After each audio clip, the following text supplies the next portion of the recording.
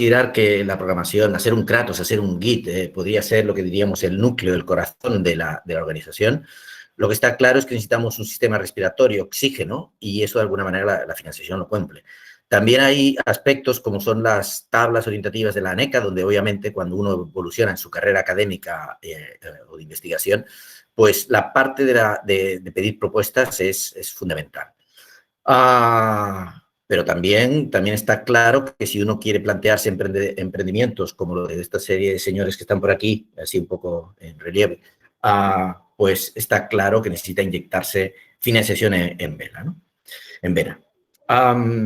Hay quien dice que existen dos tipos de investigadores, aquellos que cuando buscan una colaboración, al salir de la colaboración, pues ya salen con una estructura de lo que va a ser el paper y la revista donde van a publicar, y los que terminan con una semilla de propuesta. Bueno, espero que esta charla sirva también para incentivar esta segunda parte. Pero además, hay otro tipo de motivación para esta charla, que es que recientemente hemos tenido una gran cantidad de doctores, recién doctores en CIGNE, y de hecho a mí me hubiera gustado, al acabar el doctorado, pues conocer muchas de las cosas que vamos a comentar por aquí, ¿no? También me hubiera gustado que esta charla fuera más tipo debate, ¿no? Más tipo hablar con tantísima gente que prepara propuestas y que fuera más una mesa redonda. Pero espero que tengamos oportunidad de hacerlo esto más adelante. Yo quisiera destacar que ahora estamos en un momento donde pasan muchas cosas coincidentes y que son críticas. La primera es el conjunto de doctores recientes en CIGNE. Es una plantilla de investigadores que deben consolidar su carrera de investigación y que es inimaginable consolidar una carrera de investigación sin tener una actividad regular y continuada presentando propuestas. La segunda es que CIGNE se está consolidando como un centro de excelencia, Severo Ochoa, ya lo sabéis todos, que implica también una mirada más estratégica hacia el futuro, ¿no? Hacia el futuro que implica pensar que queremos ser de mayores, ya somos bastante grandes, pero bueno, pero que también implica una estrategia de financiación. Y tercero, y esto es interesante, es una oportunidad, es que nos encontramos en un momento que yo creo que es histórico, yo no lo había visto jamás y creo que es único, donde, por un lado, tenemos el nuevo programa Horizon Europe, que ya sabéis que dura un poquito más de un lustro hasta el 2027, lo que vendría a ser la Champions League de las convocatorias europeas que se abre ahora, y si hay un buen momento para estudiárselos ahora, desde luego, que es cuando uno le saca más rendimiento. Pero además tenemos ese programa económico, que es el Next Generation, los célebres 140.000 millones de euros que se quieren destinar a hacer cambios sustanciales de que transformen la sociedad, el territorio, y donde de alguna manera nos están interpelando al conjunto de investigadores y de gente que hace innovación y de gente que propone cambios y que en definitiva también propone propuestas para proponer soluciones a estos retos de país que no solamente tienen que ver con la pandemia que tanto hemos sufrido y continuamos sufriendo, sino con aspectos como puede ser el Gloria, con aspectos como puede ser el cambio climático o con aspectos como pueden ser el envejecimiento de la población, los nuevos roles, la robotización, digitalización, 50.000 cosas más. Es decir, no solamente es un momento de oportunidad, sino también de responsabilidad. Y entonces uno dice, bueno, ¿por dónde empezamos? Bueno, pues me he pasado largo. ¿Por dónde empezamos? Pues, como es habitual, pues vamos a empezar por el final. Siempre hay que empezar por el final. La cuestión es, bien, de acuerdo, nos metemos en preparar una propuesta que la verdad es que no es poco tiempo prepararla y poco esfuerzo, ¿vale? Pero si nos dan la propuesta, ¿qué pasa? Hay que ejecutar el proyecto. ¿Será un proyecto que queramos ejecutar? Porque no hay peor noticia que nos aprueben un proyecto y que la gente diga, bueno, ¿y esto quién lo ha escrito y quién lo va a hacer? Y que casi sea una mala noticia. Que nos concedan un proyecto tiene que ser una buena noticia, no solo por la financiación, sino porque el proyecto nos permite hacer. Por lo tanto, al principio de todo hay que pensar en qué se espera tener, no solo cuando aprueben el proyecto, sino cuando el proyecto esté ejecutado. ¿Qué activos generamos en términos de conocimiento, publicaciones, código, patentes, etcétera? O uno podría decir, como he mencionado antes, pues tener un Git más potente, tener un Kratos más potente. Por lo tanto, si empezamos por el final, lo primero es esa definición de la meta, la visión, la misión, que uno puede tener una inquietud propia, que nazca de su propia historia, como si es necesario, simplemente puede echarle un vistazo a los grandes retos que se van publicando periódicamente, en particular aquí están los de ingeniería civil, pero podrían ser de otros ámbitos. En particular, a cuenta de la pandemia, pues han surgido nuevos retos que tienen que ver con la digitalización, tienen que ver con el trabajo en remoto, el cambio climático, etcétera. Lo que está claro, y bueno, esto es una frase que tiene bastantes años, que ningún viento será bueno para quien no sabe a qué puerto se encamina. Por lo tanto, una vez que uno tiene esa visión, lo siguiente, la semilla, podríamos decir que es la nota de concepto. Y aquí menciono la ayuda de proyectos. Creo que a lo largo de toda esta presentación quiero hacer énfasis en la inestimable ayuda del Departamento de Proyectos, donde, para que os hagáis una idea, recogen, ordenan, clasifican, impulsan, y se me acaban, la gran cantidad de propuestas que se hacen en el centro, y por lo tanto hay un capital acumulado en conocimiento, en experiencia, pero no solamente eso, sino también en las propias propuestas, que es muy preciado y que nos sirve de cara a futuras propuestas que podamos pedir. Arrancaríamos, pues, a partir de esa idea, de esa inquietud que tenemos, con una nota de concepto. La nota de concepto, bueno, aquí está, es una estructura como otra de tantas, que podría consistir en un título diacrónico, un resumen, breve descripción de la acción, relevancia, cuál es el punto de dolor, qué buscamos, la metodología, capacidad, presupuesto, proponente, información en contacto, y por supuesto, cuando hablamos de una nota de concepto, casi parece que estamos hablando de una propuesta. Mejor encajarla en una página, no más de 4. Podéis pensar en nota de concepto si alguien quisiera inventarse algo así, como pudiera ser un programa de simulación que mostrara cómo dispersar semillas, un invento de estos raros, pues, ¿cómo habría que hacerlo? ¿Cómo se estructuraría? Y esta es una posibilidad que se encuentra por ahí. Ahora bien, cuidado, porque esto no puede ser una buena idea. No puede ser una buena idea si significa que uno se pasa 3 semanas para escribir la nota de concepto. La nota de concepto tiene que ser una herramienta de comunicación, de arranque. Tiene que ser, aquí hay otro sellito que pone hito, cuando son aspectos que a lo largo de que vayamos preparando la propuesta nos sirven para hacer impulsar la propuesta. Por lo tanto, esa herramienta de comunicación necesariamente no tiene por qué ceñirse a esa estructura, no tiene por qué ser tan detallada. Se trata de una herramienta ágil, tendría que ser capaz de prepararse en cuestión de horas, un par de días máximo. Hay que destacar qué es lo diferencial, cuál es el valor diferencial y, sobre todo, preservar de dónde surge esa idea, más allá de una estructura muy rígida y poco cómoda. Por lo tanto, la nota de concepto tiene que tener más de locura, más de una fase más embrionaria que de formal. Una vez que uno tiene este punto de partida con el que empezar a moverse para intentar buscar financiación, bueno, una especie de hoja de ruta podría ser buscar convocatorias o buscar quién puede pagar ese proyecto, identificar quién va a tirar del carro, quién prepara la propuesta, planificar cómo prepararla, crear un consorcio, la redacción, escribir, teclear, etcétera, la excelencia, cómo se persigue la excelencia, que en nuestro caso, en nuestras propuestas es importante, el impacto a quién la afecta en la implementación, presupuesto, formulario, etcétera. Y esto es lo que vamos a ver rápidamente en esta presentación. Intentaré ser bastante ágil porque la intención no es ser muy detallado sobre cada uno de los puntos, sino que tengáis un recopilatorio de ideas y si queréis profundizar, pues ya lo haremos en otras sesiones.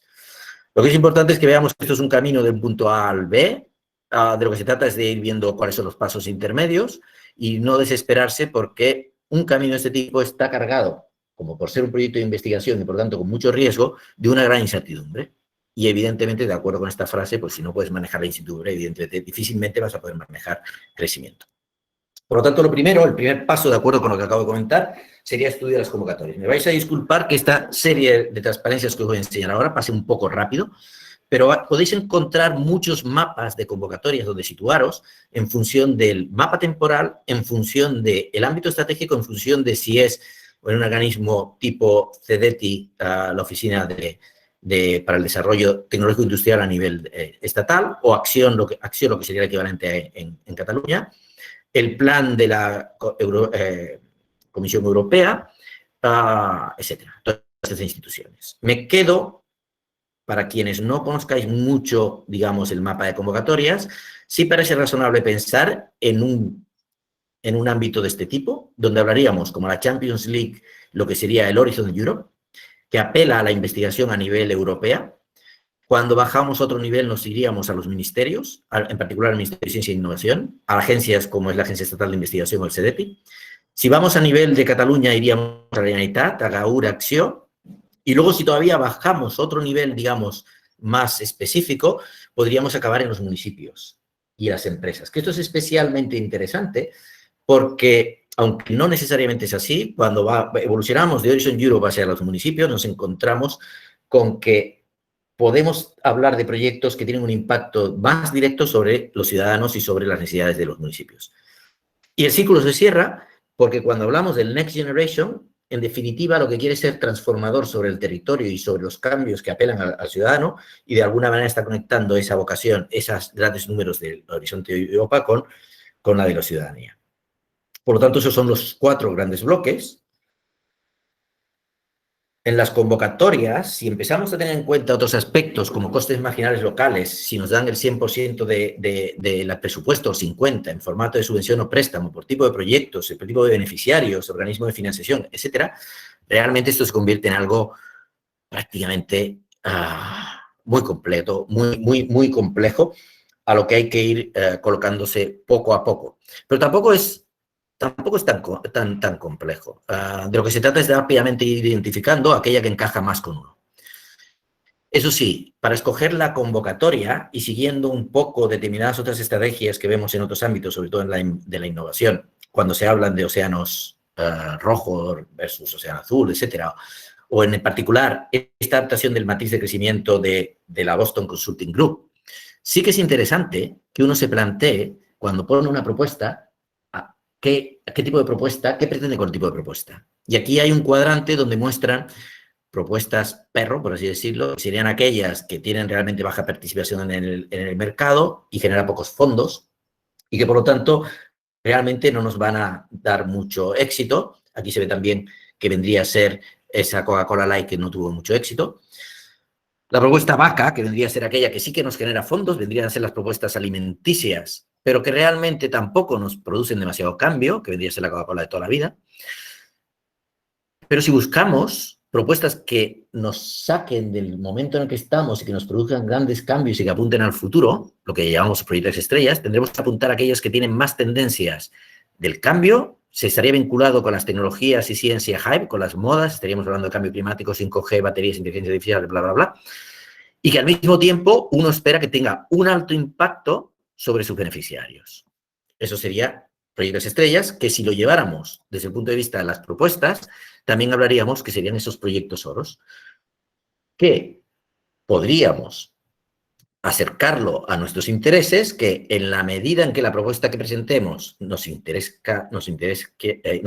más y al mismo tiempo nos resulte más productivo, serían esos proyectos oro. Si resulta que la propuesta realmente no tiene mucho interés o es bastante ortogonal a nuestros intereses y además conseguimos poca financiación, pues parece que no merezca mucho la pena trabajarla. Aprovecho para incorporar aquí el ciclo de Gartner, que para quien quiera ver hasta qué punto sus inquietudes se corresponden también con tendencias de tecnologías emergentes, pues estos ciclos son muy útiles en ese sentido. Termino diciendo que quería centrarme sobre todo en la gente que ha terminado recientemente el doctorado y que por lo tanto se plantea cómo empezar a pedir propuestas. Pues hay toda una carrera profesional, hay todo un mapa de ayudas asociadas precisamente a la carrera, a la carrera investigadora, ¿no? Que es este que tenéis aquí, también tenéis el enlace, donde veréis que justo al acabar el doctorado precisamente se tiene una serie de convocatorias que son especialmente atractivas, que son las que aquí se demuestran, tanto a nivel europeo como a nivel nacional, Torres Quevedo o son Marie Curie, etcétera, y que luego aquí traza un camino de financiación para toda esa carrera investigadora, ya sea en el ámbito académico o en el ámbito industrial. Bien, una vez identificada, si conseguimos identificar la convocatoria, que debería ser porque realmente tenemos una gran variedad de ellas, la cuestión es, bueno, ¿y ahora cómo montamos la convocatoria? Lo esencial es quién va a escribirla, quién va a tirar del carro, lo que se dice tradicionalmente. Y aquí surge bastante conflicto porque, como para quienes hayáis tenido alguna experiencia ya habréis visto que la primera pregunta es ¿quién hace qué? Todo el mundo se quiere apuntar cuando uno le dice yo voy a escribir una propuesta, ¿quieres estar? Dicen, claro que quiero estar, como no tengo que hacer nada, con apúntame y ya me pasas parte del presupuesto. Y todo el mundo además se siente como con ese papel de gurús, de decir, de opinar mucho, pero no mancharse las manos, digamos, con la propuesta. Por lo tanto, mientras no se identifique quién tiene el carro, pues difícilmente la propuesta va a prosperar. Es importante, por lo tanto, aquí tener claro quién va a ser ese rol y distingamos lo que es liderar de lo que es coordinar. Aquí, bueno, aquí hay un par de bromas. También contamos con consultora. Las consultoras pueden echarnos una mano fuerte para que la propuesta vaya tirando adelante. Lo que pasa es que podemos encontrarnos con la broma del remero, ¿no? Que la consultora, el papel de la consultora acabe siendo decirnos que tenemos que rellenar una plantilla que ya conocíamos cuando la contactamos, ¿no? Muy bien, entonces, siguiendo un poquito más, cuando empecéis con una propuesta, lo importante es que identifiquéis quién es el principal beneficiario de los resultados de la propuesta. Esto es esencial, porque es el que va a dar el carácter del impacto de la propuesta. ¿Quién es el principal socio que vais a necesitar? Y en términos de evaluador, lo suyo es que lidere alguno de estos dos participantes. Ahora bien, sobre todo si estáis empezando, lo ideal es que la propuesta sea algo que vosotros podáis cubrir con nuestros dos roles. Es decir, que sea vuestro proyecto soñado, que os beneficie mucho y que por lo tanto seáis vosotros quienes debáis liderarlo. De hecho, hay una frase de un señor que dice que donde con toda seguridad encontrarás una mano que te ayude será en el extremo del propio brazo, ¿no? Entonces, montar una propuesta, sobre todo si va a ser la primera vez, merece la pena que sea la propuesta que está más alineada con lo que uno quiere. Y sea la propuesta que sea, es clave que exista alguien que esté tirando de la propuesta. Continúo hablando del calendario de la preparación. Este calendario que os estoy mostrando aquí, que tiene esa nota de concepto, tiene ese andamiaje, tiene esa descripción de la solución, con todos esos detalles que no voy a entretener, vendría a ser, por ejemplo, un calendario razonable para preparar un proyecto europeo, que tradicionalmente aquí está dimensionado como para hacerlo en 6 meses. ¿De acuerdo? Hay un apartado, el mes 4 ya sería para impacto, el mes 5 para tener un borrador completo y el mes 6 para las decisiones finales y la propuesta y enviarla. Ahora bien, alguna otra gente diría, no pierdas el tiempo para un calendario que nadie va a seguir. Lo que sí es crítico, bueno, a mí particularmente ese calendario me sirve, pero si no sirve, lo que sí que es crítico es leer mucho la convocatoria. Hay que tener muy claro el tono, el enfoque de la convocatoria. No es lo mismo una convocatoria para hacer investigación de una convocatoria para hacer innovación. No es lo mismo una convocatoria para emprendeduría que una convocatoria para investigación básica, etc. Lo que hay que evitar a toda costa son los cuellos de botella, empezando por uno propio. Por lo tanto, uno no puede convertirse en cuello de botella del trabajo que tienen que hacer los demás. Por eso, cuando uno planifica una propuesta, tiene que pensar, primero que nada, en qué puede esperar de los demás y encargarles ya lo que vaya necesitando. Fijar hitos, decisiones, go, no go, porque inevitablemente en muchas convocatorias se llega a un punto en que si esta convocatoria no nos lleva a ninguna parte, por lo tanto, mejor abandonarla. Y por lo tanto, esos hitos hay que vincularlo con decisiones. ¿Qué hacer si se cae un socio, un material no es de calidad, faltan datos, etcétera, y tomarlo con decisiones? Bueno, este meme que veis por aquí lo recordaréis que circula por las redes y no es ajeno a muchas de las cosas que suelen pasar en las convocatorias. Que cambien la fecha, no es que cambien la fecha de la entrega, sino que uno va dejando pasar los plazos y entonces la convocatoria evoluciona de un tipo de dibujo al otro, este caballito tan bonito que se ve aquí, aunque según quién opinaría en Cine que cuanta más presión tiene uno, más dibuja la parte de la derecha más que la izquierda. Pero bueno, esto es otro tipo de discusión. El siguiente punto clave, que ya lo mencionó Lucía en su momento cuando estuvo hablando de los proyectos europeos, es cómo seleccionar los socios. Y aquí, bueno, también cada maestría tiene su libro y hay muchas cosas. Una manera de formar sería, vamos a ver cuáles son las necesidades de la convocatoria, vamos a ver los perfiles que son necesarios, pero sobre todo identificar un núcleo duro. El núcleo duro, no tanto por aquella gente que uno diga es que es imprescindible para esta propuesta, sino el núcleo duro son aquellos socios de los que uno se puede fiar para que la preparación de la propuesta no sufra interrupciones y se pueda construir. Socios clave, parece que es razonable, es el líder coordinador, ya lo he comentado, es el que tira el carro, el de los pilotos, el que pone el demostrador, el experto del sector. No tiene sentido presentar una propuesta dentro del cambio climático sin que haya alguien con un bagaje y una trayectoria definida de cambio climático. El proveedor tecnológico, En este nos solemos nos solemos centrar bastante, pero curiosamente, o por lo menos mi experiencia es que no es tan difícil conseguir proveedores tecnológicos. Y uno que suele pasarse desapercibido, que es el currante, que es el que redacta la propuesta, pero que es importante que se crea la propuesta y que esté ahí, porque si no, lo acabará siendo alguien que no le interese nada y por lo tanto la propuesta será de bajísima calidad y para eso mejor no presentarla. Aspectos a tener en cuenta: si es necesario acuerdo de consorcio, si es necesario un non-disclosure agreement. También a la hora de seleccionar los socios, los que suelen ser más difíciles de conseguir suelen ser los socios extranjeros, porque solemos conocer más la gente de aquí. Y los socios industriales, porque típicamente no son los que su modo de vida depende de los propuestos, por lo tanto es secundario, y sin embargo, si necesitan para la propuesta, pues rápidamente tienen que estar convencidos y tienen que estar en el barco. ¿Cómo se hace? Hay muchas herramientas. Redes de contacto, dentro de la propia, aquí hay una serie de enlaces, dentro de la propia Unión Europea, dentro de la propia Comisión Europea y del Horizon Europe, pues proporcionan herramientas al respecto.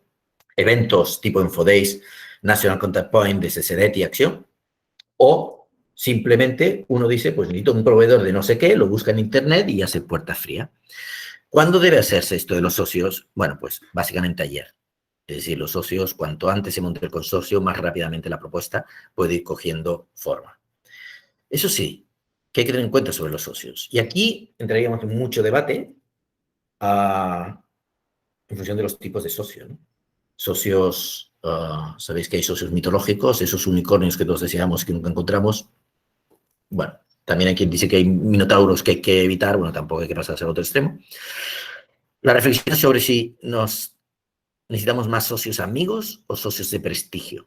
Bueno, cada cual tendrá su opinión, porque socios de prestigio que nos ponen palos en las ruedas puede ser un problema, pero socios amigos que no sean especialistas del tema, pues realmente son un peaje demasiado caro a pagar. Por eso, al final, lo que parece razonable es, bueno, como dicen, haz un test, verifícalo contra la propuesta y a lo largo de la preparación de la propuesta no fijes que ya desde el minuto 1 los socios son los que son, sino que dependerán también de cómo van contribuyendo. También podríamos hacer el juego de qué tipo de animal es uno cuando participa de la propuesta.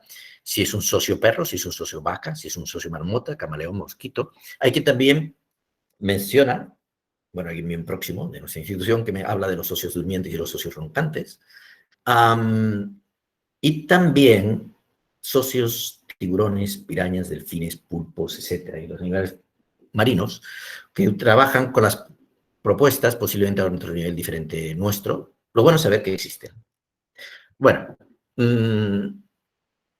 termino con una frase también de un señor que dice: tan tranquilas son las personas honradas y tan activas las pícaras que a menudo es necesario servirse de las segundas, lo cual en el caso de la preparación de propuestas es más cierto que nunca. Bien, pasemos, no perdamos más tiempo, ya llevamos 25 minutos de charla. Perdona, ¿te puedo interrumpir? Sí. Soy Fermín, voy a prender el video para que... Bueno, soy Fermín, hola, buenas tardes. ¿Me podés definir rápidamente qué son los socios perro, vaca y demás, que yo no los conozco? O sea, ¿hacia qué te refieres con ese nombre? Porque a lo mejor son natural para todos los que están acá, pero cuando hablo de un socio perro, o sea, bueno, eso. Bueno, antes, habéis visto que antes mostraba tipos de proyecto. No exactamente, no hay una definición no tengo una definición muy precisa por cada esto tendría que ser, digamos, un café aparte, ¿no? La PACA tiene más, ya habéis visto, de acuerdo, esto va más en paralelo con el cuadro que había puesto, tampoco es preciso y tampoco hay un consenso. El socio perro sería aquel que sabes que está en esa línea de baja productividad, está ahí apalancado, digamos, no nos va a dar mucho éxito. Y el socio vaca, pues sí, es un socio que rinde, pero tampoco es para tirar cohetes. El marmota, pues evidentemente va a ser poco. El camaleón es que cambia en función de la circunstancia y el mosquito o mosca es el que está dando la lata y que incomoda más que ayudar. No sé si eso contesta a tu pregunta. Sí. Vale. Pero no es preciso, Fermín? No, ya, pero en plan... Y de hecho... saber el concepto a qué te referís con eso. Aprovecho para contarte una cosa, no te creas nada de lo que estoy diciendo, Tranquilo. Son impresiones, son cogidas aspectos cogidos al vuelo, que de lo que se trata es de que, y veréis que a menudo voy a contar cosas que son contradictorias, se trata de que cojáis lo que os sirva, y lo que os sirva no solo de inspiración, sino también desde el punto de vista práctico, ¿no? Es decir, algunas cosas que he tachado aquí, alguno dirá, pues a mí me sirve, pues úsalo. Perfecto. ¿Vale? Lo Vale. mismo, aquí yo sí que quería destacar, por ejemplo, esto de los brokers y dealers, que hay gente que considera las propuestas como un método de negociación, cuando si uno está trabajando, por ejemplo, sobre su proyecto soñado, pues no le interesará precisamente que comercien con las propuestas. Pero bueno, esto hay y hay que ser consciente. ¿De acuerdo? Perfecto, sí. Bien, pasemos a la redacción. Esto, para la redacción, una vez más, cada maestrillo tiene su librillo. Lo importante es que al final, cuando llega el deadline, uno tenga un documento que pueden ser 50, 70 páginas, bien redactado, compacto y potente. Bueno, aquí hay una serie de guías que pueden servir. Lo primero es que pensad, sí que a mí me ha resultado muy sano utilizar diferentes sombreros. El sombrero del que redacta de una manera un poco loca, que es lo que te permite pues, ser más fresco y poner cosas más interesantes y poner cosas con más sustancia o más corazón. El sombrero de lo que hace de una forma más formal, el sombrero del corrector, eso es muy importante para asegurarse que el documento es formal y sobre todo si tenemos en cuenta que son propuestas científicas, por lo tanto tiene que tener un rigor. Si queréis, incluso el sombrero del auditor, ¿no? Y aquí, bueno, hay diferentes modalidades. No voy a entrar mucho en detalle, prefiero, si alguien tiene dudas como Fermín, pues podemos incidir sobre esto. Lo que sí que es muy importante es, bueno, aquí tenéis también otro memo encontrado por Vicente y compartido en las redes sociales sobre cuánto tiempo lleva completar una tarea en función si lo está haciendo uno o lo está haciendo un equipo. Es fundamental, por lo tanto, cuando se está uno planteando redactar, acotar el tiempo. Es muy importante más ser oportuno, por más que perseguir cierto perfeccionismo en una propuesta y no llegar al deadline, pues es un problema. El título y el acrónimo parece una broma. Esta charla se podría haber llamado El lado oscuro de la ciencia, LOC, con acrónimo, The Dark Side of Science, la zona prosaica de la ciencia, o bien Cómo conseguir pasta para investigar y no morir en el intento, el acrónimo es un poco feo, COCOPAI, o How to Prepare a Proposal for Dummies, el acrónimo es impronunciable.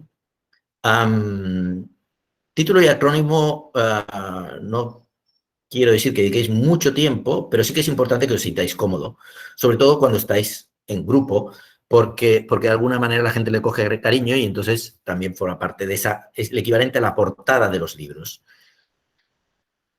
Es importante al redactar no perder de vista que estamos yendo de un problema, de un reto que nos plantea la convocatoria o que somos nosotros mismos los que lo estamos exponiendo, a la solución.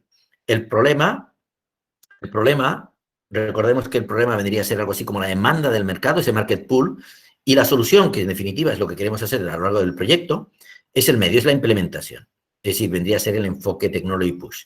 Cuidado porque a menudo corremos, nosotros, como estamos más en el ámbito del desarrollo de tecnología, solemos pecar más de technology push que de market pool, cuando cada vez la tendencia es más ese market pool. Redactar una propuesta es escribir, escribir, escribir, sin más. Pero escribir sabéis que también es reescribir. Y por último, ya sabéis, no seáis cuello de botella. Una vez más, esta frase de este señor, hay ladrones a los que no se castiga, pero que roban lo más preciado, que es el tiempo. Y cuando se tiene que preparar una propuesta, el tiempo es oro. Para los más perezosos, ya sabéis que hay programitas de estos, que a partir de una matriz permiten construir grandes frases sin sentido y que, sin embargo, rellenan páginas. Esta es una estrategia, particularmente de la misma manera que hay una estrategia que es la de copiar y pegar. Cuidado con eso, porque aunque a alguna gente le haya podido funcionar, y en alguna ocasión lo haya visto, con cierto pesar, cada vez más hay más herramientas antiplagio. Si yo como evaluador detecto que algo ha sido plagiado, se me viene el mundo encima y se me cae, digamos, todo el valor de la propuesta al suelo y muchísimas cosas de valor automáticamente lo pierden y es una pena porque puede conseguir que la propuesta se eche a perder. Esto es tanto más serio cuanto más la propuesta suele ser un trabajo en grupo y, digamos, una contribución de este tipo de alguien en particular puede echar a perder todo lo demás. Aquí tenéis la página de TNA de los trabajos de fin de grado, que ya sabéis que tiene una herramienta antiplagio, pero además hay otras páginas que también lo hacen. O sea, está claro que la Unión Europea no debe ser ajeno a esto. Pasemos ya a los apartados sobre la excelencia. Voy a hacer unos apuntes muy rápidos sobre estos apartados, porque estamos Llevamos 25, digamos, diapositivas y sí que me gustaría por lo menos llegar al recorrido hasta el final. La excelencia, a la hora de contaros ahora un poco las propuestas, me estoy centrando sobre todo en estructuras típicas de los programas europeos.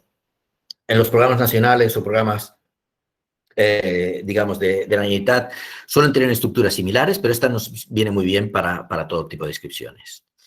La excelencia, ya sabéis que tiene mucho que ver con el estado del arte y la ambición. Y ya que volvemos a hacer énfasis sobre el tema del doctorado, este gráfico que tenéis aquí a la derecha superior, a mí me encantó cuando lo vi por primera vez, que es el que viene a describir que si el conocimiento lo vemos como estos círculos concéntricos y que cuando uno desde la educación primaria pues va recibiendo un poco el conocimiento de forma general, cuando llega al doctorado, su propósito es especializarse y es esa flecha que apunta hacia el exterior del círculo. Siendo el exterior del círculo eso que hablamos de las fronteras de la ciencia o el estado del arte. Y esa contribución, aquí no se ve porque tendría que hacer un zoom, pero si vais al enlace lo encontraréis mejor explicado, la contribución del doctorado tiene que ser un pequeño goño, ahí es un pequeño impulso sobre ese estado del arte. Bien, cuando hablamos de excelencia en los programas europeos, cuando hablamos de excelencia y de investigación, siempre, para mí me parece muy importante tener este esquema en mente. Es decir, ¿qué vamos a aportar más allá del estado del arte? Si en lugar de hablar de tanto de estado del arte y hablar tanto de ciencia, hablamos más en términos de emprendeduría, entonces lo que tendríamos que hablar es cómo estamos cambiando, es más, este esquema que tenemos aquí a la derecha, a la izquierda abajo, cómo combinamos ese market pull con un technology push, que no necesariamente tiene por qué estar en el estado del arte, pero que en esa intersección sí que es fundamental que sea novedosa. Este estado del arte, este ajuste, esta propuesta de excelencia, esta propuesta de ambición de la propuesta, se estructura en forma de objetivos.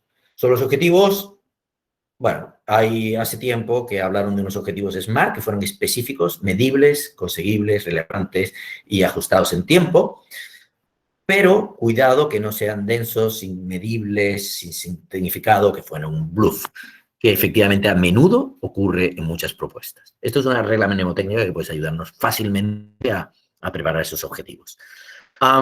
Y vuelvo a una cita de este señor NBE, que dice que el avance y perfeccionamiento de las matemáticas están estrechamente relacionados con la prosperidad de la nación. O sea, eso no interpela a CIMNE como centro avanzado, digamos, de desarrollos matemáticos. También quisiera decir que la excelencia, por tratarse justamente de trabajar en las fronteras de la ciencia o por tratar con aspectos novedosos que antes no se han visto, y en definitiva estos son propuestas de investigación, requiere también que le pongamos un punto de locura, para lo cual puede ayudar la interdisciplinaridad. Es decir, cómo cruzamos nuestros conocimientos con otras áreas de conocimiento, con otras disciplinas con las cuales habitualmente no estamos acostumbrados, ya sea con la medicina, ya sea con las ciencias sociales, ya sea con...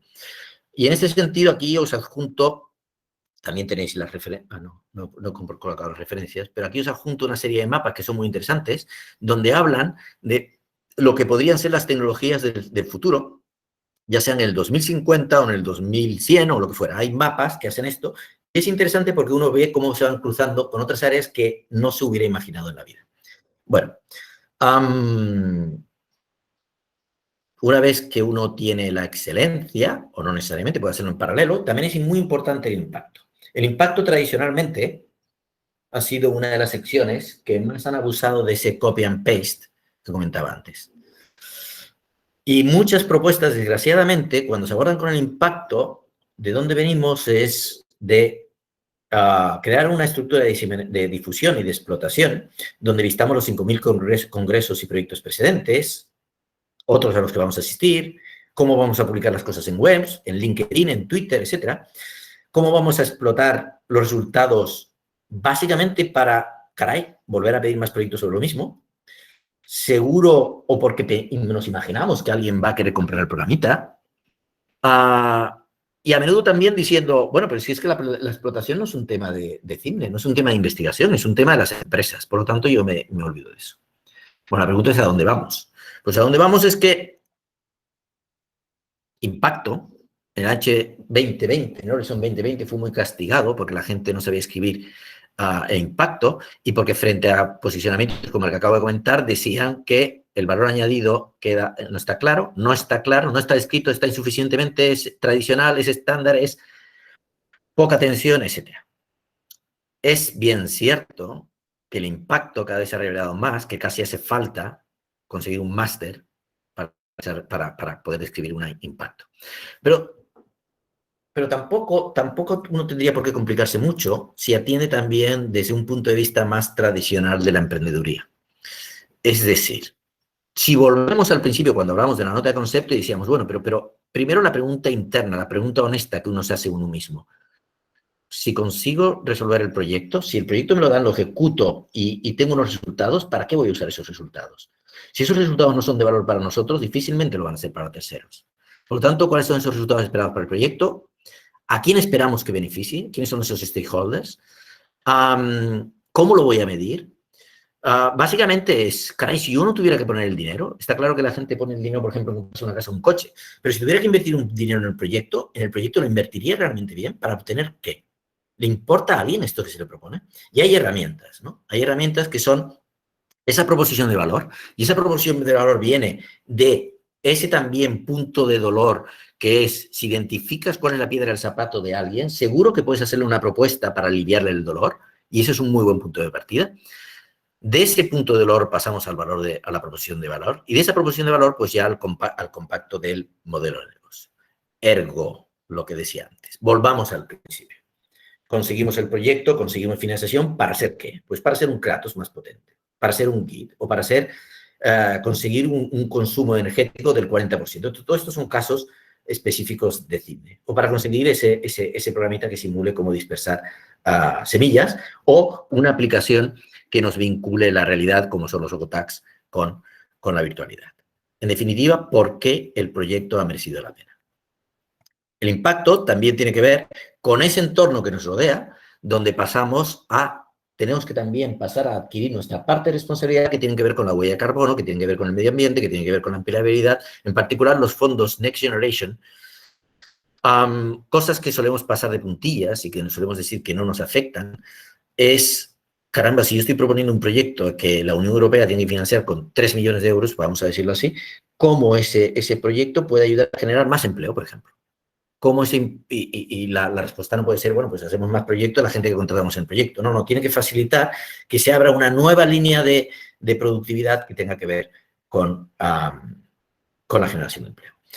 En este sentido, ayuda a leer algún periódico. No voy a indicar cuál, escojan el que quieran, pero estar al tanto de cuáles son las inquietudes más mediáticas también nos pueden ayudar a pensar un poco más en términos de más impacto más allá de nuestra esfera del conocimiento. Voy terminando. Una vez que tenemos más clara la excelencia y el impacto, pasaría a decir, vale, ya sé cómo quiero impactar, ya sé cuáles son mis objetivos, pero ¿cómo consigo esos objetivos a partir de donde estamos ahora? Es decir, ¿cómo nos movemos del punto A al punto B? Y sobre esto, bueno, pues está la metodología en cascada, o la metodología Agile, o la metodología Scrum. En definitiva, partimos de nuestras capacidades actuales y vamos a esos objetivos que hemos definido. Y aquí es donde hablamos del cronograma, hablamos de los paquetes de trabajo, quién hace qué, para cuándo, etc. Bueno, esta suele ser una parte que aparentemente es fácil. Fácil, pero cuidado, porque no pocas veces tenemos muchos problemas en que dimensionamos un proyecto.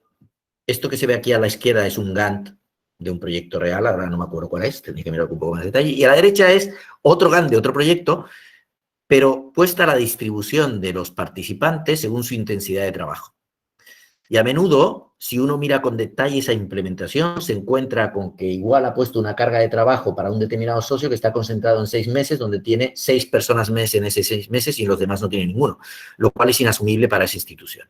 Este tipo de cosas puede hacer flaquear la implementación y es importante que uno lo mire esto más allá que un requisito a complementar. Por lo tanto, la implementación no es tan inmediata. Los espacios, si hablamos en términos matemáticos, nos podemos encontrar con espacios no convexos, no es una línea recta, sino puede ser un gran laberinto. Pasamos a lo que es el presupuesto. es curioso que los proyectos, el principal objetivo de pedir un proyecto es para disponer de presupuesto para elaborar, para llegar a un determinado fin, y sin embargo, no pocas veces experimentamos algo así como lo que llamaríamos un crometofobia por parte de los investigadores que participan de las propuestas, que dicen, no, esto del presupuesto a mí no va conmigo. Otros males típicos es esa vocación de Robin Hood, ¿vale? Pues si vamos a pedir 2 millones, pues lo repartimos de forma como si fuera un pastel a todas las partes iguales. El pánico escénico, ¿cómo abordo esto frente a los demás socios? El pánico numérico, ¿cómo lo calculo? Y sobre el presupuesto global, también hay dos visiones. Alguien pensando que, bueno, pues si la convocatoria está dimensionada para 3 millones, pues yo pido uno y seguro que me lo van a dar porque también compito en presupuesto. Por lo menos a nivel de Unión Europea no se compite en presupuesto, se compite por calidad de la propuesta. Pero también está el otro extremo, el que dice, bueno, dan 3 millones, pues yo pido 2.999.999,98. En cualquier caso, el presupuesto es esa hoja Excel que tenemos que pensar como si estuviéramos pensando en una inversión propia que estuviéramos haciendo. Y una vez más tenemos este señor que tiene una cita que también es oportuna, que dice, para hacer la guerra hacen falta 3 cosas, dinero, dinero y más dinero. Hay guerras más baratas, pero se suelen perder. Y esto creo que nos apela también. Para hacer un desarrollo, un buen proyecto, para hacer un buen código, para hacer una buena tecnología, hace falta dinero, dinero y dinero. Y hay más formas más baratas de hacerlas. ¿De acuerdo? Eso no quiere decir que se consiga el resultado. A modo de ejemplo, el presupuesto es esa gasolina que nos permite tirar adelante las propuestas. El presupuesto, en CIME, tradicionalmente, el 90% del presupuesto al final es la gente que está dedicada. En definitiva, el presupuesto es equivalente a los personal months. Ejemplos razonables son, a nivel de producto, acción son 100.000 euros para 2 años, de retos colaboración vendría que ser de 100 a 200.000 para 3 años, europeos de 300 a 600, son medias. Pueden ser un poco diferentes, pero esto es para dar una idea.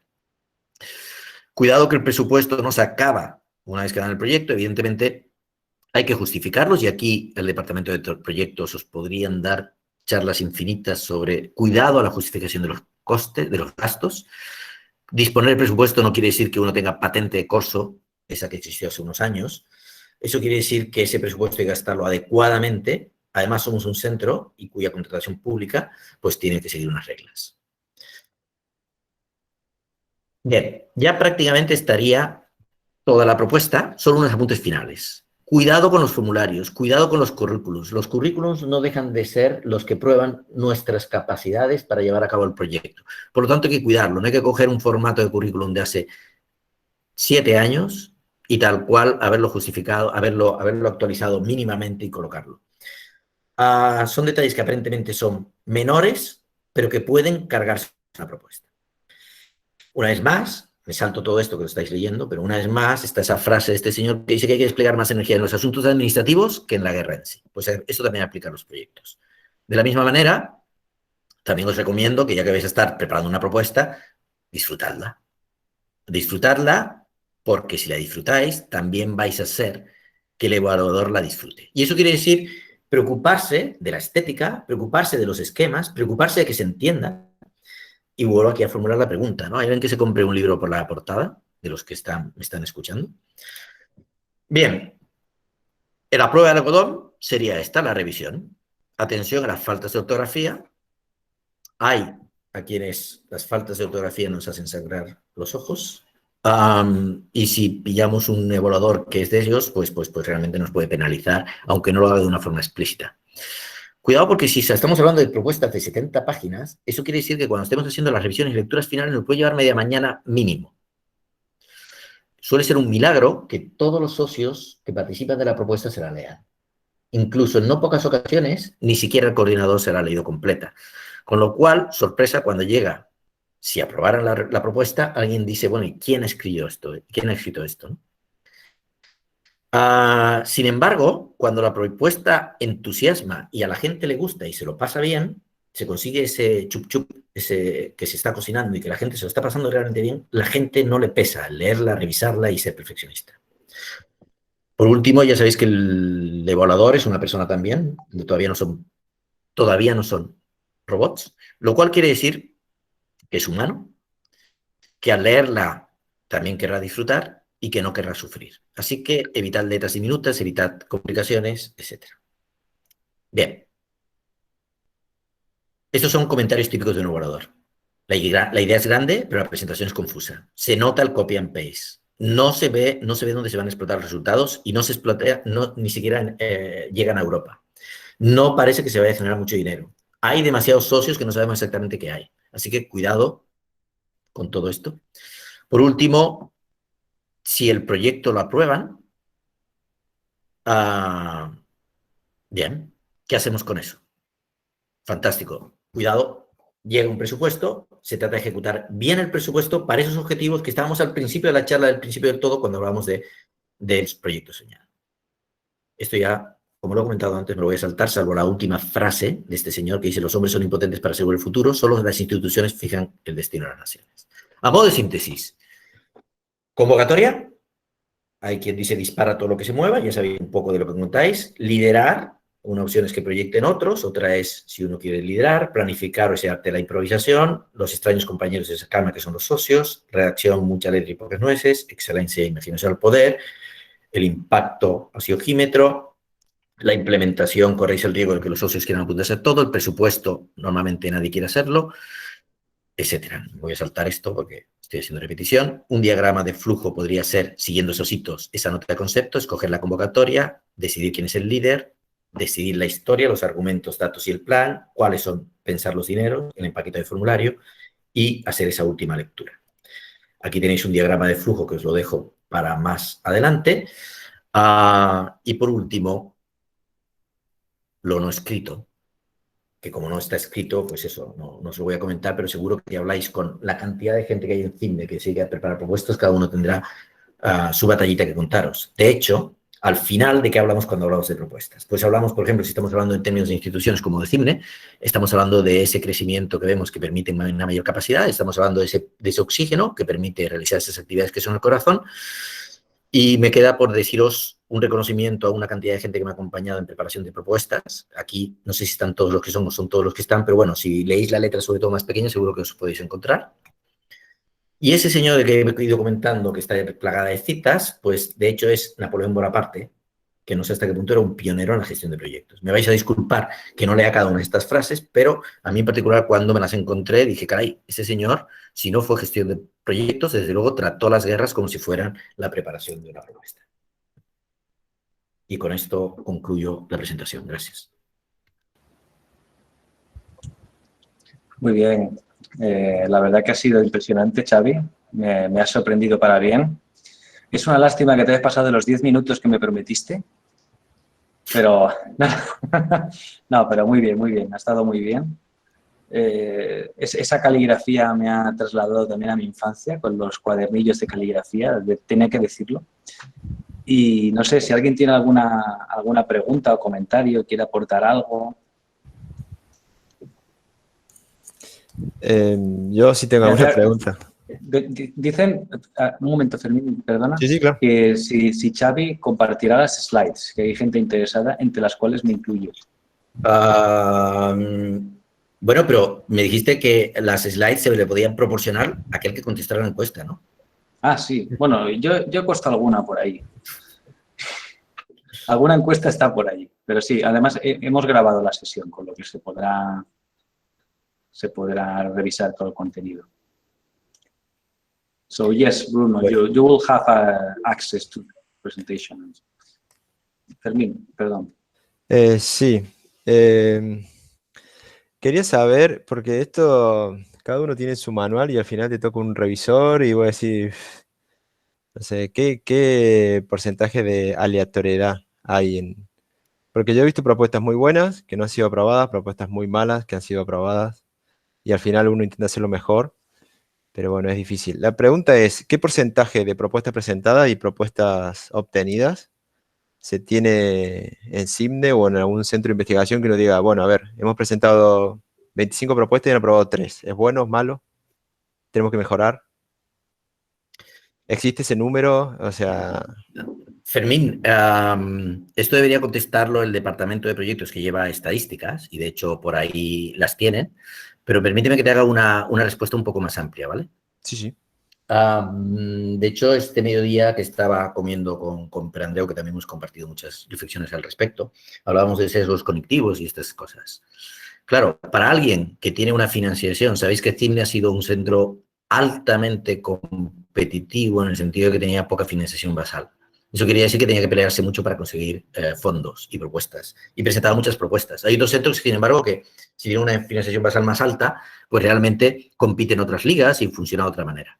Por lo tanto, dependerá de la convocatoria, dependerá de la oportunidad, dependerá del momento. Está claro que el FP5 evolucionó al FP6, después el FP7, Horizon 2020 y ahora Sharing Europe, haciendo cada vez más difícil conseguir propuestas, pero también la gente adquiría mayor especialización en cómo prepararlas. ¿A qué me refiero? Me refiero a que cuando empezó el programa Marco, prácticamente nadie sabía sobre el programa Marco y por lo tanto era una aventura, pero sin embargo daban muchos, como se presentaba poca gente, el índice de éxito era mayor. ¿Vale? Hay convocatorias, hay matemáticas, hay proyectos europeos donde el índice de éxito en general está por el 2%, el radio de éxito. Hay convocatorias nacionales que están al 50%. Hay otras convocatorias que son muy raras y que prácticamente nadie con ese igual está al 70%. ¿De acuerdo? No sé si eso contesta. Pero para mí lo que es más importante es que si tú preparas la propuesta con tu proyecto, vamos a decir soñado de esta manera, una línea que tú claramente tienes. Por eso decíamos al principio que lo primero es que tú tengas claro de dónde quieres ir. Y luego mapeas las convocatorias.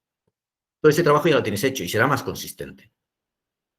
Es decir, lo que comentaba antes, si tú tienes un plan de trabajo para Kratos, el plan es el que es. No hay que cambiarlo. Lo que pasa es que tú podrás adaptar, decir, vamos a crear un elemento que haga estampación de chapa, por ejemplo, ¿vale? Y lo hacemos a partir de la estructura de Kratos. Y entonces lo adaptas según la convocatoria. Pero tienes que tener claro cuál es tu hoja de ruta tecnológica. Y entonces, desde ese punto de vista, vas a poder hacer propuestas más o menos competitivas con más posibilidades de éxito.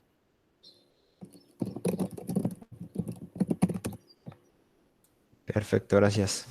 Fermín, soy Sandra, del Departamento de Proyectos. Sandra, buenas. He mirado así rápido, y como decía Javier, son cifras que hay que tomarlas un poco, bueno, entre comillas, porque va a depender también mucho de las convocatorias y demás. Pero he mirado más o menos en 2020 y la tasa de éxito ha sido alrededor de un 19%. El 19% podría cambiar porque hay alguna propuesta que todavía está en trámite. El Ministerio, por ejemplo, suele tardar 6 meses en resolver, bueno, tiene de plazo legal 6 meses, pero más o menos sería ese el número. En el programa Marco es más baja, suele ser más baja, ¿vale? Pero que sí, que lo tenemos, si queréis, en algún momento lo necesitáis, y Fernando también ha hecho mucho ese trabajo, Fernando también, de recopilar, y lo podemos perfectamente sacar por programas, por convocatorias, o sea que si necesitáis algún tipo de información porque estáis pensando en presentar alguna propuesta y en concreto algún programa y lo necesitáis, pedírnoslo que os lo pasamos. ¿Vale? Perfecto, gracias. Nada, Fermín, placer. Pues han habido algunas manos alzadas, creo que, no sé si es Fernando o Pedro Arnaz, no sé quién ha sido antes, pero bueno, el que quiera empezar. Bueno, pues Adelante, gracias. Antes de nada, bueno, agradecer a Javier la presentación, creo que ha sido fantástica, en mi opinión, me uno a lo que ha dicho Alejandro. Y bueno, en cuanto a lo que comentabais del porcentaje de aprobación, depende mucho de la convocatoria, ¿eh? Efectivamente, tenemos esos números de lo que hemos presentado en CIMNE y varía mucho con la convocatoria. Entonces, también, uno a lo que decía Sandra, que si tenéis idea de atacar alguna convocatoria, podemos disponer de esa información para también tener una idea de cuál tiene más probabilidades de éxito y demás. Y luego quería hacer una pregunta a Javier, que algo ha comentado, pero bueno, has tratado todos los temas, ha sido increíble también cómo has podido llegar hasta el final dando información interesante de cada uno de los temas. Una de las cosas que has comentado es esto de hacer chup chup y disfrutar la propuesta, que estoy totalmente de acuerdo en que es muy importante. Además de disfrutar la propuesta, yo añadiría que, dado que además muchas veces puedes hacerlo todo bien o siguiendo todos los pasos y tener una mala evaluación, no solo hay que quedarse con lo positivo de lo que se disfrute, sino también de lo que se aprende. Porque siempre se aprende un montón cuando se ponen a propuestas, sobre todo estamos hablando de propuestas europeas, conoces a gente, haces contactos, esto de leer, ¿qué hay que hacer? Pues te ayuda lógicamente también a aprender, es decir, el trabajo que se dedica a la preparación de propuestas, pues desde luego no cae en saco roto, aunque no se consiga la financiación. Y luego la pregunta que quería hacer, Javier, es, creo que te tendrías un poco en cuál es tu opinión sobre el papel que pueden hacer las consultoras. Has mencionado un poco, claro, lo ideal, ¿no? Cualquier investigador pensaría, bueno, yo quiero investigar en este tema y que me venga la financiación, ¿no? O que otro se ocupe de conseguir la financiación. En mi opinión, es muy importante que el investigador tome un papel relevante en preparar la propuesta, pero es verdad que las consultoras pueden ayudar. ¿Tú cómo ves o cuál es tu experiencia, Javier, en cuanto al papel de las consultoras a la hora de preparar propuestas? Gracias, Fernando. También te he hecho una pregunta, ya la verás. Aprovecho. Aprovecho para vincular tu pregunta con la de Fermín, porque creo que tienen relación. Lo que hay que tener claro es el rol, de alguna manera. Nosotros hemos tenido una consultora que nos ayudó mucho a ya una propuesta que teníamos para SME Instrument, a mejorarla, volver a presentarla, etc. Y fue muy fructífero las discusiones. Fueron muy fructíferas. Participaban tanto como consultora a nivel de la preparación de la propuesta, como podríamos decir así, como también consultora desde el punto de vista de innovación, de entender un poco más cuál era el modelo de negocio y la proposición de valor que estábamos proponiendo. Hay otras consultoras con las que también hemos participado que hacen más el papel de Pepito Grillo, vamos a decirlo así, ¿no? Que es la que te dice, bueno, la plantilla es esta, tienes que rellenar la parte de excelencia, que era lo que comentaba antes. Entonces, claro, aquí dependerá mucho de quién es la consultora, cuál es el rol y la experiencia. Por eso, una vez más, no es que haya consultoras malas o buenas, sino depende de cuál sea el match que uno vaya buscando. Yo solo quiero hacer una reflexión. Si uno se prepara, vamos a ser un poco, no del todo optimistas, pero si uno preparar un buen proyecto europeo y llevara, vamos a decirlo así, que yo creo que puede ser una media, un mes de tiempo completo de una persona, ¿verdad? Yo creo que es razonable. A veces lleva 2, a veces lleva un poquito menos si se cuenta con otra serie de cosas o si los demás socios participan. Pero si uno tiene que tirarle el carro y tiene que preparar una propuesta, lleva mínimo un mes a tiempo completo. Y nos vamos a convocatorias que igual tienen un índice de éxito del 10%, estamos hablando de que tendríamos que tener una persona a tiempo completo durante un año para conseguir un proyecto. Y eso es inasumible, creo. Lo que es razonable es que el investigador escriba, redacte, estructura la parte de la investigación, que es su especialidad, sus indicadores, sus expectativas de explotación, y la consultora ayude a esa visión de que eso empaquetado, integrado con lo demás, tenga sentido para el evaluador y para la visión digamos, del organismo convocante, ¿no? Respuesta también concreta. A nosotros, consultoras para retos colaboración que dominas sobradamente, quiero decir, ese es uno de tus puntos más, quiero decir, un punto fuertísimo que tienes. Nosotros retos colaboración los podemos preparar sin ningún problema. Tú lo sabes, están dimensionados, tenemos las capacidades y tenemos además ya el hábito. Un 100, que es una convocatoria que vendría a ser, ¿el qué? 6 veces un retos colaboración. Es muy interesante que haya una consultora que nos ayude a tratar con los socios, a elaborar la documentación, un montón de ordenarla, etcétera, etcétera. Esa sería, por ejemplo, mi recomendación. Gracias, Javier. Muy bien. Pedro Arnau había levantado la mano antes, creo que la ha bajado, pero Miguel Ángel sigue en espera, así que Miguel Ángel, adelante. Hola. Sí, mi pregunta es acerca de Market Pool, que has mencionado que quizá deberíamos migrar más a lo que demanda el mercado más que hacer nosotros push de forma casi espontánea, creo que querías decir. Y yo estoy totalmente de acuerdo. Además, cuando sientes que hay mucho pool del mercado, escribes la propuesta sabiendo que tendrá una utilidad, hasta escribes más motivado y es más atractiva y en mi experiencia eso es así. Pero me ha pasado a menudo que te das cuenta de que eso que necesita el mercado, hacía mucho tiempo que lo necesitaba. Y de repente entras tú y dices, ostras, ¿cómo es que no nos conocíamos? ¿Cómo es que nosotros que hace muchos años que podemos aportar esto y vosotros que hace mucho tiempo que lo necesitáis, cómo es que no nos hemos puesto aún de acuerdo? ¿Esto cómo se puede resolver? Miguel Ángel, yo creo que prácticamente muchos de los que están aquí te pueden contestar a eso. Eso forma parte más de un debate que creo que nos lo pasaríamos muy divertido. Solo quería hacer un par de comentarios. Tengo un amigo que trabaja en Hewlett Packard, que cuando él estaba hablando del market pool, cuando estaba entusiasmado en la época en que pensaba que el market pool era el milagro y que realmente merecía mucho la pena, me dijo, cuidado que innovación disruptiva suele ser technology push.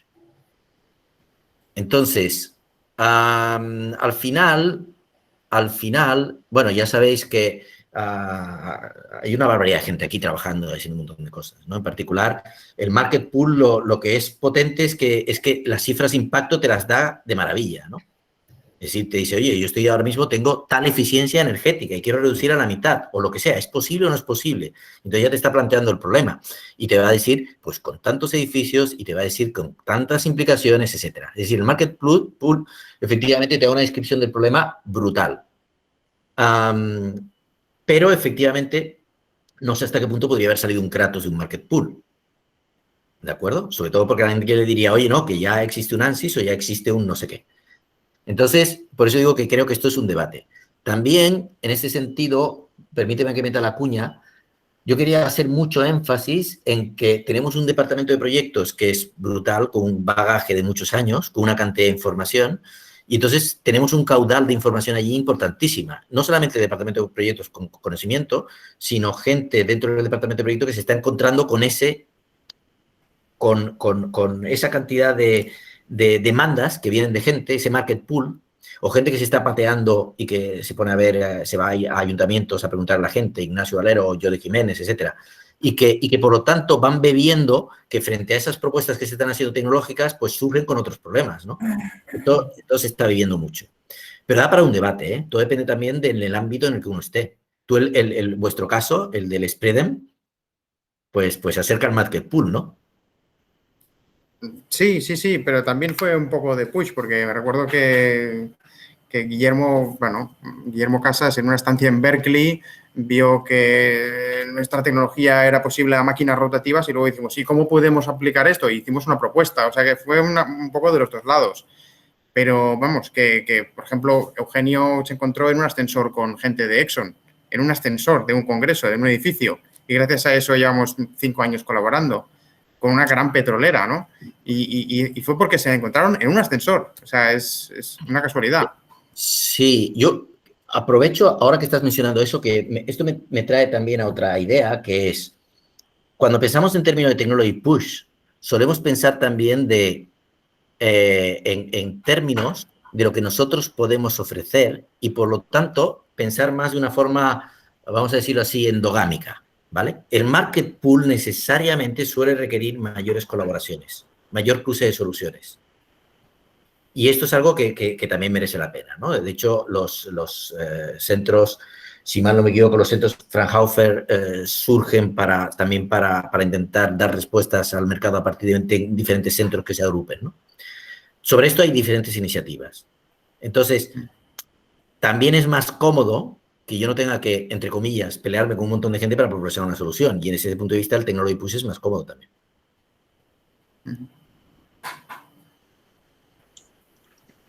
Gracias, Javier. Vale. Miquele también tenía algún comentario. No sé si sigue por aquí. Sí, hola, buenos días. Hola, muy buenas. Son muchos años que estoy en CIMNE y he visto un poco la evolución de los proyectos en CIMNE, en particular el papel nuestro en los proyectos. Y por mala suerte, mientras cuando yo llegué a CIMNE, la verdad que CIMNE en muchas propuestas iba de líder, o sea que lo que CIMNE podía proponer como herramientas era realmente el centro de la propuesta.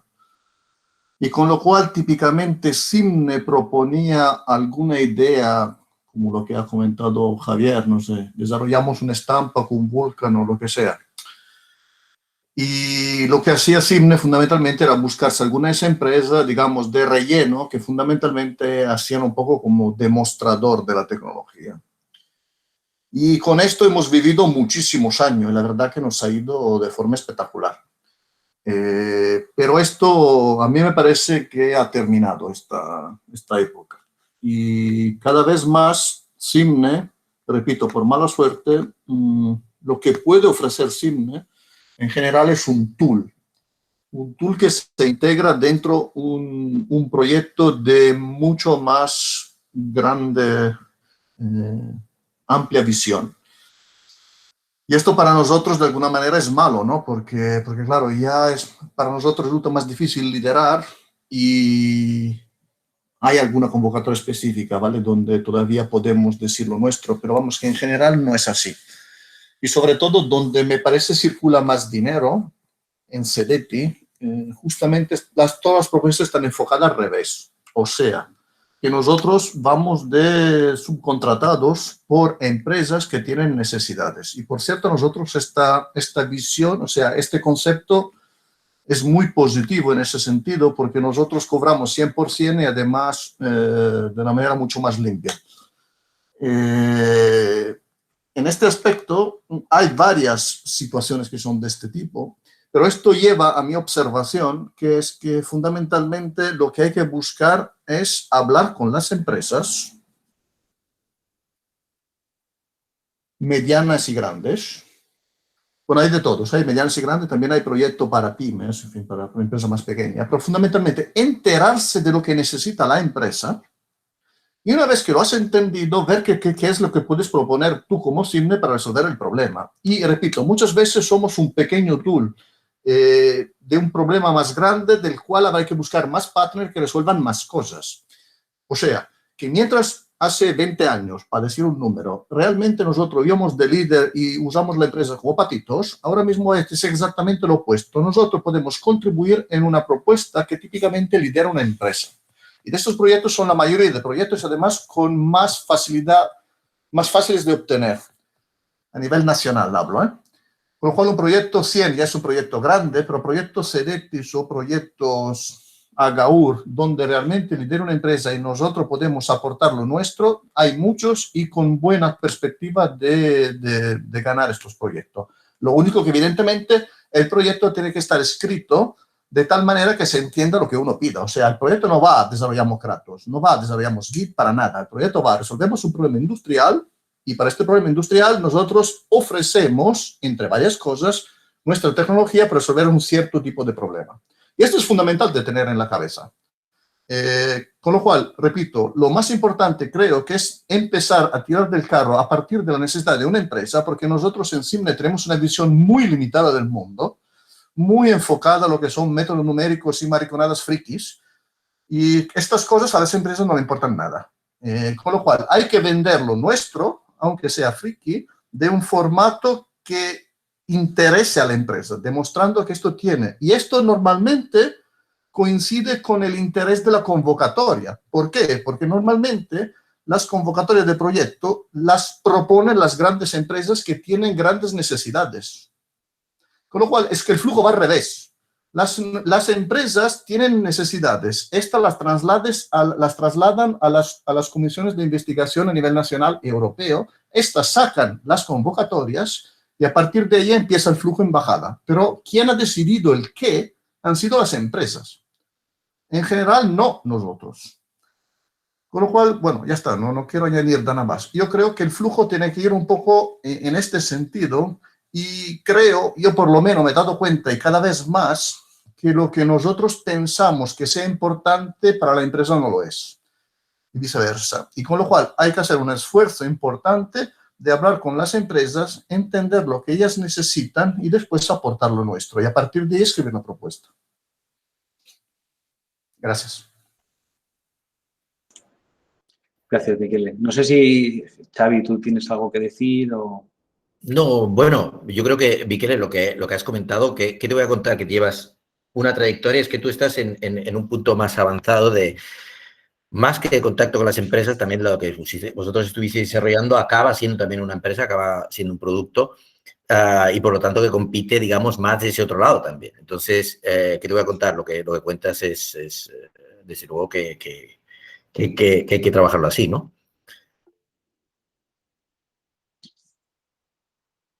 Vale, merci. El siguiente que ha levantado la mano, pero Andreu, creo. A ver si sigue por aquí. Sí, aquí estoy. ¿Se me oye? Sí, se oye. Vale. Lo que ha comentado Miquel me viene al pelo porque estoy muy de acuerdo con lo que ha dicho, pero es que además yo lo que iba a decir era reivindicar un poco una de las ideas claves de Eugenio, que era el círculo de las ideas. No sé si lo tenéis todos en mente. Aquel círculo en el que hay 4 cuadrantes.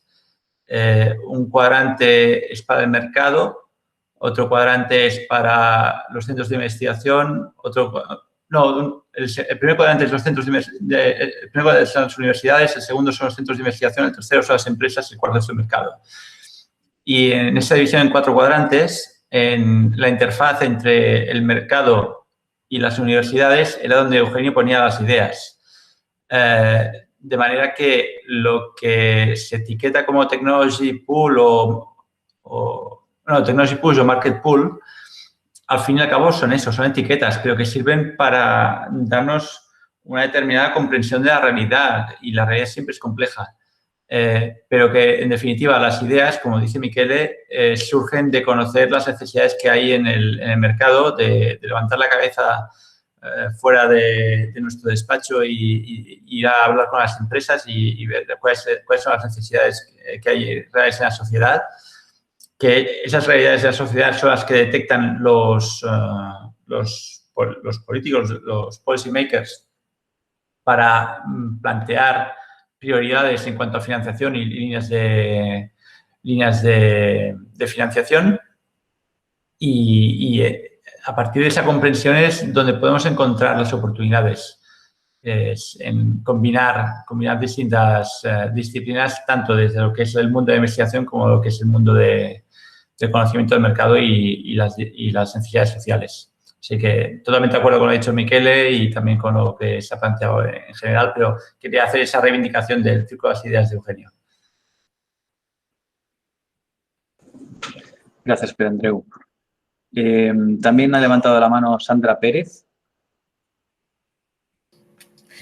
Sí, estoy también de acuerdo con lo que estáis comentando, lo que ha introducido Michele y Pedro Andreu. Lo que sí que es importante es, como decía Michele, conocer muy bien lo que quiere el mercado, porque tenemos que tener en cuenta que luego a nivel burocrático o a nivel económico, financiero, esas empresas no van a recibir esa subvención que nos van a dar a nosotros. A nosotros nos van a tener que pagar una totalidad de un importe y ellos van a recibir o un préstamo o un porcentaje. Por tanto, o están muy de verdad interesados o no les va a compensar económicamente. ¿Vale? Eso es un poco por poner, no quiero fastidiar, pero por poner un poco los pies en el terreno, en lo terrenal al final. Y luego que está muy bien, yo creo que la combinación de ambas, porque al final nosotros somos un centro de investigación y tenemos que tener proyectos competitivos liderados por IPs de CIMNE, porque si queremos volver a pedir un Severo Ochoa, pues necesitaremos, nos van a pedir garantes que sean IPs de proyectos competitivos, ya sean nacionales, ya sean europeos. Sé que es complicado, o sea, es muy complicado, pero al final tenemos que estar, como dice Michele, también en el lado de las empresas, pero no podemos olvidar también todo el tema de proyectos competitivos. Gracias. Gracias a ti. Y por último, por ahora al menos, Fermín, de nuevo, si quieres añadir algo. Sí, un poco, no sabía si comentarlo, pero bueno, justo Michele, yo creo que ha dado una clave. Michele en lo que dice, y un poco estoy completamente de acuerdo. Bueno, yo soy el doctorado en CIMNE, estuve en CIMNE bastantes años y luego salí y bueno, hice un postdoc fuera en Porto, ¿no? Y el concepto era completamente distinto. Yo lo que viví al menos, que uno siempre vive una parte, no voy a hablar en general, es como que en CIMNE, bueno, yo hago esta investigación y me busco los partners para que un poco yo quiero seguir por acá. Y la vivencia que yo viví fuera es como, no, lo que necesita el partner, la empresa es esto, busco cuál es la mejor herramienta para solucionar el problema. Era como el revés del problema. Era cuál es lo mejor Y si eso lo mejor para la empresa es hacer, implementar algo en Abacus porque ya está y no desarrollar Kratos, pues se hace eso. Porque al final es lo que dice Michele. Yo, con el que trabajaba, tenía un contacto muy fuerte en Airbus y Airbus decidía las propuestas que se iban a lanzar. Y viene de arriba para abajo. Entonces, son ellos mismos que deciden. Entonces es difícil. Pero entonces estoy completamente de acuerdo con lo que dice Michele y en eso estamos, ¿no? Con lo cual, yo creo que se puede hacer de las dos cosas. Se pueden hacer proyectos competitivos con empresas grandes, pues le dan mucho valor al proyecto competitivo. Si es una empresa grande que es un poco un equilibrio entre las dos cosas, ni una cosa ni la otra. Y lo otro que creo importante es, no hace falta salir a buscar la empresa. Simne, ¿cuántos proyectos ha tenido con empresas grandes? O sea, uno trabajó 3 años con esa empresa grande, sabe qué quiere o qué no quiso. Entonces, yo también rescato un poco lo que decía Javier, es, presentamos el proyecto, sale el proyecto.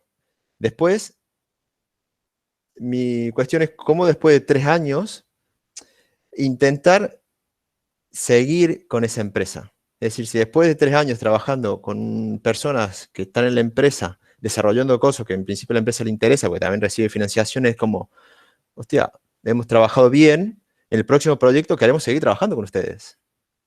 Esa vuelta, yo creo que es tanto más importante hacer el proyecto bien que escribirlo y ganarlo. Obviamente primero hay que ganarlo, pero hacerlo bien, después, si una empresa grande dice, yo trabajé con esta persona y me fue súper bien, apenas tengo una propuesta y tenga algo numérico, es que lo voy a llamar por teléfono. Y creo que eso es fundamental. Yo con las personas que he trabajado, que cuidan mucho el desarrollar proyectos, es que les llegan email cada 2-3 meses pidiéndoles que vuelvan a trabajar con ellos. Que ya tenés la faena hecha.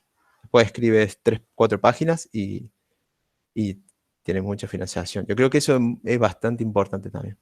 Pero bueno, ya está.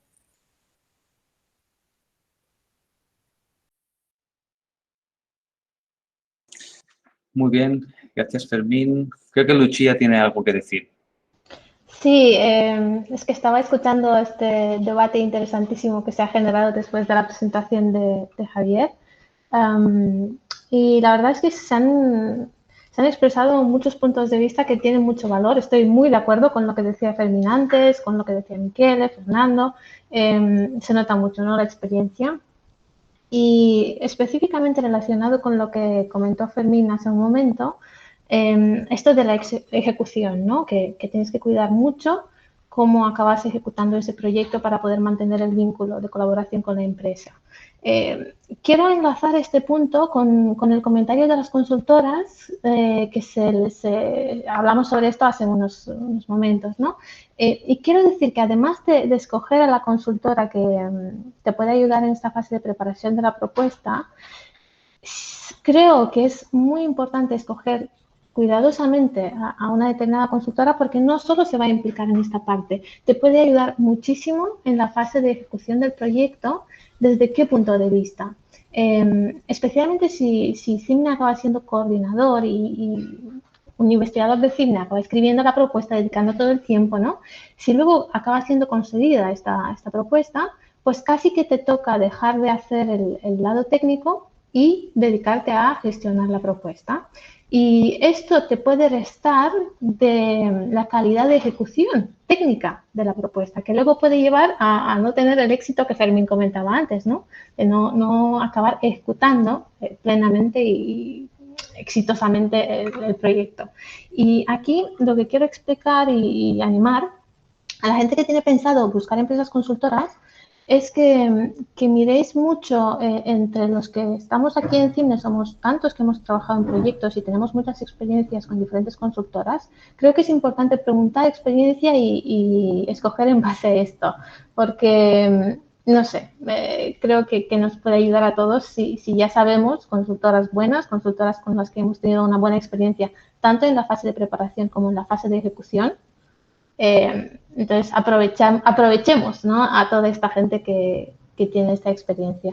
Y otra cosa que quiero comentar también, que me he encontrado, porque he estado en esta tesitura, ¿no?, de reflexionar sobre qué consultora o si quiero consultora o no, es que recomiendo mucho que preguntéis cada consultora tiene su tasa de éxito en las propuestas, porque ellos se dedican a hacer este trabajo, ¿no? Presentan quizás, yo qué sé, 100 propuestas, pongamos, en un año. Entonces, preguntad a estas consultoras cuando vienen y se recomiendan o contactan con vosotros, vale, pero ¿qué servicios me ofreces? ¿Cuál es tu tasa de aciertos?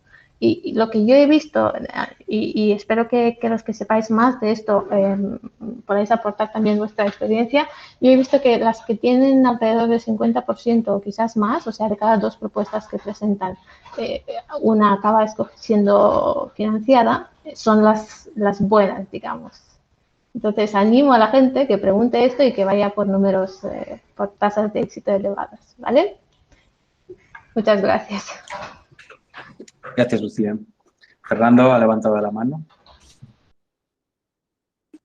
Sí, quería aprovechar el comentario de Lucía sobre las consultoras para recordar, bueno, el anterior café, que algunos debisteis estar, que hablamos de esta unidad de pre-award y del próximo programa Marco, una de las cosas que estamos haciendo es enviar un correo y pidiendo información precisamente a quien está involucrado en la preparación de una propuesta para que nos den esa información, que es parte de lo que decía Javier, que no está escrito, de cómo, en relación sobre todo con las consultoras y con algunas claves de cómo se consigue el proyecto. Y en particular queremos recabar información sobre todas las consultoras con las que hemos trabajado para, un poco lo que decía Lucía, pero de una forma un poco más sistemática, pues tener esa información y poder, pues eso, compartirla con todo el mundo, ¿no? De una forma más, como digo, sistemática o formal. Solamente ese comentario. Gracias. Pues por ahora, a no ser que alguien diga lo contrario, creo que no hay más comentarios. Creo que ha sido el café con más éxito, Xavi. Te llevas el premio por ahora. Con más interacción, al menos. Así que muy bien, muy bien. El café sin café, Alejandro. Sí, exacto. Y cada uno en su casa, que es un poco... Con un té, además, con un té, ¿no? Pero llegará. Bueno, gracias por la difusión. Bueno, ese es el trabajo menor, ¿eh?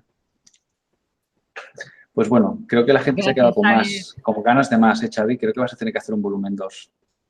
Bueno, ahora le toca... Hay muchísima gente aquí. Yo no lo he dicho, ya dije que no plagiéis, que homenajeáis, pero evidentemente esta presentación tiene muchísimo conocimiento de muchos de los que están aquí. Así que cedo gustosamente el relevo para la parte 2. Muy bien, pues si os parece lo dejamos aquí. El vídeo en cuanto esté disponible se lo pasaré a Laura Bermúdez y creo que lo colgaremos en el canal, a no ser que no quieras. O si no, te lo pasaré a ti, Xavi, y tú lo cedes a quien quieras.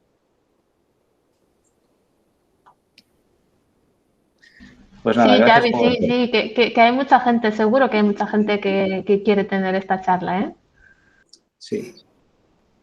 Luego, le podemos poner previo pago, Javier, si quieres. Le llega un bizum de 5 euros cada vez que quieras el vídeo. Hombre, este sí que es una idea de negocio. Yo creo que más bien Javier es reticente por otro motivo, por el motivo de que no le lleguen más consultas por el hecho de colgar esta charla.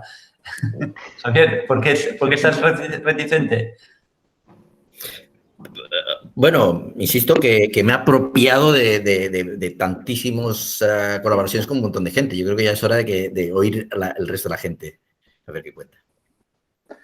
Bueno, ha estado muy bien y además justo, Javier, no sé si ha sido a propósito o no, pero se acaban de cumplir los 200 aniversario de la muerte de Napoleón. No sé si ha tenido algo que ver con... Sí, algo ha tenido que ver. Le salió en Wikipedia. Sí. Fernando, lo que espero es que se abra de verdad. Yo creo que merece la pena abrir una serie, yo creo que de mesas redondas, creo que sería más agradable. Yo me lo he pasado mejor durante las preguntas que durante la exposición, que casi he ido como riendo y con la lengua un poco fuera. Y lo de la encuesta no es que haya tenido mucho éxito, pero bueno, también es, no sé, también las preguntas eran un poco raras, pero bueno, yo propongo que hagamos mesas redondas. Bueno, pues esto lo podemos pensar y además viendo si es como dice Alejandro, que ha habido bastante éxito, ¿no? En cuanto a gente, pues eso, sí. El tema tiene interés, entonces pues bueno, podemos pensar en hacer otras ediciones sobre el mismo tema. Diferentes versiones, quizá. Perfecto. Muy bien. Pues muchas gracias. Lo dejamos por aquí y nada, nos vemos en el siguiente café o seminario. Hasta pronto. Hasta luego, buenas tardes. Hasta luego, un abrazo.